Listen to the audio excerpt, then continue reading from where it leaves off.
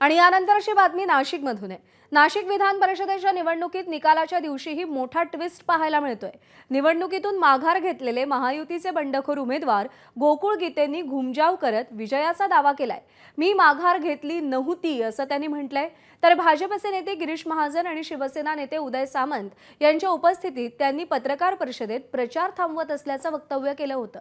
त्यामुळे आता नाशिक विधान परिषदेत बंडखोर गोकुळ गीते विजयी होतात की महायुतीचे उमेदवार नरेंद्र दराडे हे पाहावं लागेल।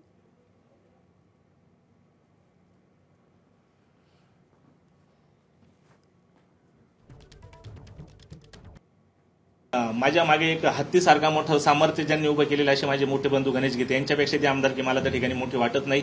कार्यकर्त्यांची खूप मोठी नाराजी आहे, आपण त्यांचा रोज बघितला आहे। मला अजून पण त्या ठिकाणी ते सांगताय का भाऊ आपण थांबायचं नाही, पण मी सुद्धा आपल्या माध्यमातून कार्यकर्त्यांना सांगतो की या ठिकाणी मी राज्याचे वरिष्ठ आपले जे मुख्यमंत्री आहे देवेंद्र फडणवीस साहेब यांना काल त्या ठिकाणी शब्द दिलेला आहे, आदरणीय शिंदे साहेबांना पण शब्द दिलेला आहे आणि या तिन्ही मंत्र्यांनी आमचे सुहास अण्णा कांदे असतील, निलेश बोरा असतील, गणेश भाऊ असतील, या सगळ्यांनी त्या ठिकाणी मला सांगितले की आपण भविष्यात आपण कायमच सक्रिय असणार आहे राजकारणात आणि थांबला म्हणजे संपला असं होत नाही। यामध्ये कौटुंबिक शांती आणि आमदारकीमध्ये मला कौटुंबिक शांती महत्वाची वाटते आणि त्यासाठी मी माझ्या निवडणुकी प्रचारात मी थांबवतोय। माझ्या सगळ्या कार्यकर्त्यांना मी त्या ठिकाणी विनंती केली काल रात्रीच का आपण कुठल्याही प्रकारचा प्रचार या ठिकाणी करून महायुतीतलं वातावरण खराब होईल अशी कुठलीही गोष्ट करू नये अशी मी आपणा सर्वांच्या माध्यमातून त्यांना विनंती करतो।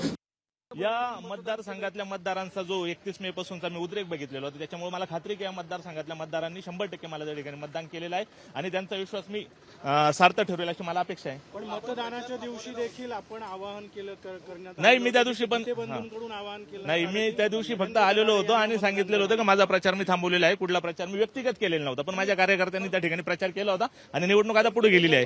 प्रचार थांबवला तरी देखील आपण आज आलेला आहात। आता मला माझ्या कार्यकर्त्यांनी जे प्रचार यंत्रणा राबवली त्याच्यामुळे मला विश्वास आहे की त्या ठिकाणी मी निवडून येईल।